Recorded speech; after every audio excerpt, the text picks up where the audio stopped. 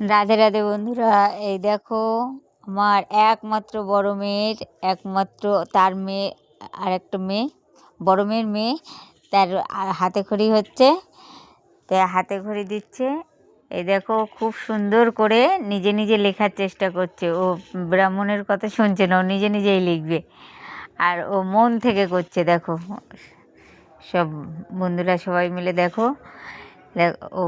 আর অনেক বাচ্চা আছে যে ব্রাহ্মণের কাছে গেলে কান্নাকাটি করবে, কিচ্ছু ও তা করে না। ও একদম ভদ্রভাবে অঞ্জলিও দিয়েছে, আবার সুন্দর করে শাড়ি পরিয়েছি, শাড়িও পরেছে, খুব শান্তশিষ্ট হয়ে পুজোটা দিয়েছে।